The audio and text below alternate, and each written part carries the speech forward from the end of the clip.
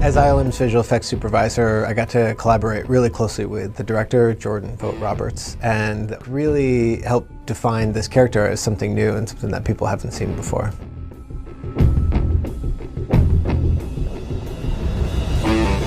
Kong is the last of his kind on the island. He's almost a tragic character. The director really wanted to take some inspiration from the older films, the 33 Kong, and so a lot of the designs were initially informed by that. They didn't want him to be just a silverback. They wanted him to be a little more human for the audience to be able to empathize with him. Chris, who built Kong, really focused on putting almost half the detail in the head and face. To do that, we used HD geometry. We paid extra attention to the details. So we had this awesome opportunity to visit the local zoo, and we took a lot of microphotography so we could have access to all the fine detail face. We got all this amazing reference, and that was definitely used for our creature. Of course, they want to come up with the best possible creature, and that's sometimes a lot of iterations in the game that we have to keep up all the time and rendering with the best possible quality. The eyes are the windows to the soul, and it's super important that we have the light correctly in there. Many of the scenes in the film had an emotional weight behind them that we had to deliver through Kong's performance, and without the luxury of him being able to speak or make traditional facial expressions, we were limited to having to create all of that emotional range just through Kong's eye performance. We take that animation, we have a muscle system built underneath the skin, and so based on that animation we simulate the muscles. So what you get from that is you can see how, say, a shoulder blade slides underneath. He's going in water, he's getting burned, there's a lot of volume, a lot of data to process. We're basically adding the dynamic side for the skin.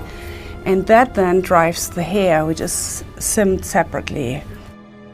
Kong was definitely a big challenge because we're talking about over 17 million hairs, so it was very important that we optimize the shots as much as possible.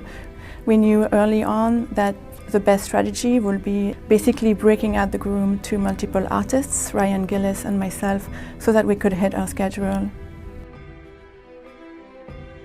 The director didn't want a typical gorilla groom, so we knew that our fur will never be clean.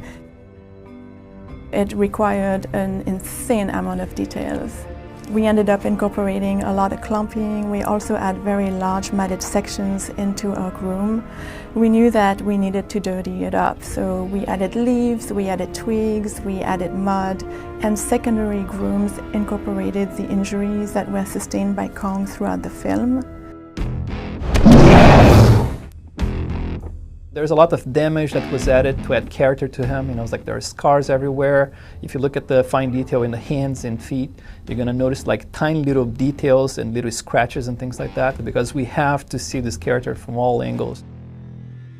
So when Kong takes all this damage through the course of the film, the only way he could emote was really through facial expression. Scott Benza, who was the animation supervisor on the show, had a huge challenge in terms of how to communicate just how much of an impact this had on Kong.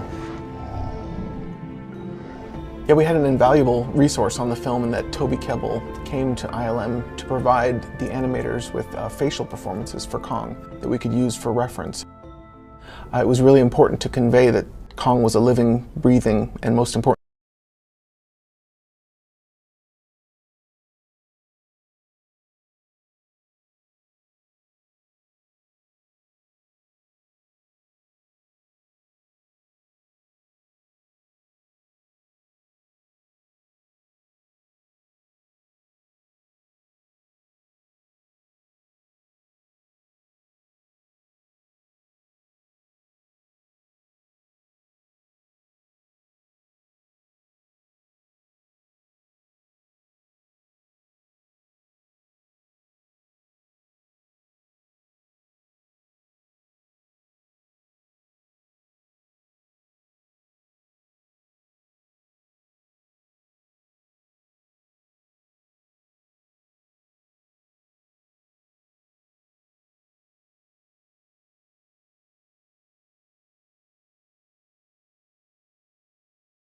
into the final product.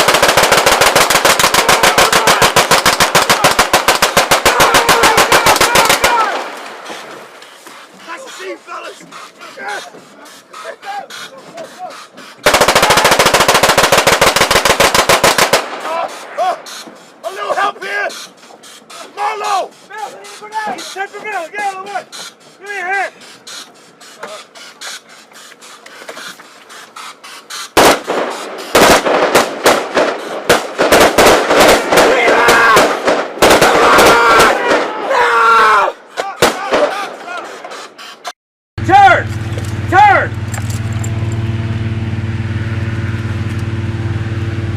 Great, cut. That was great.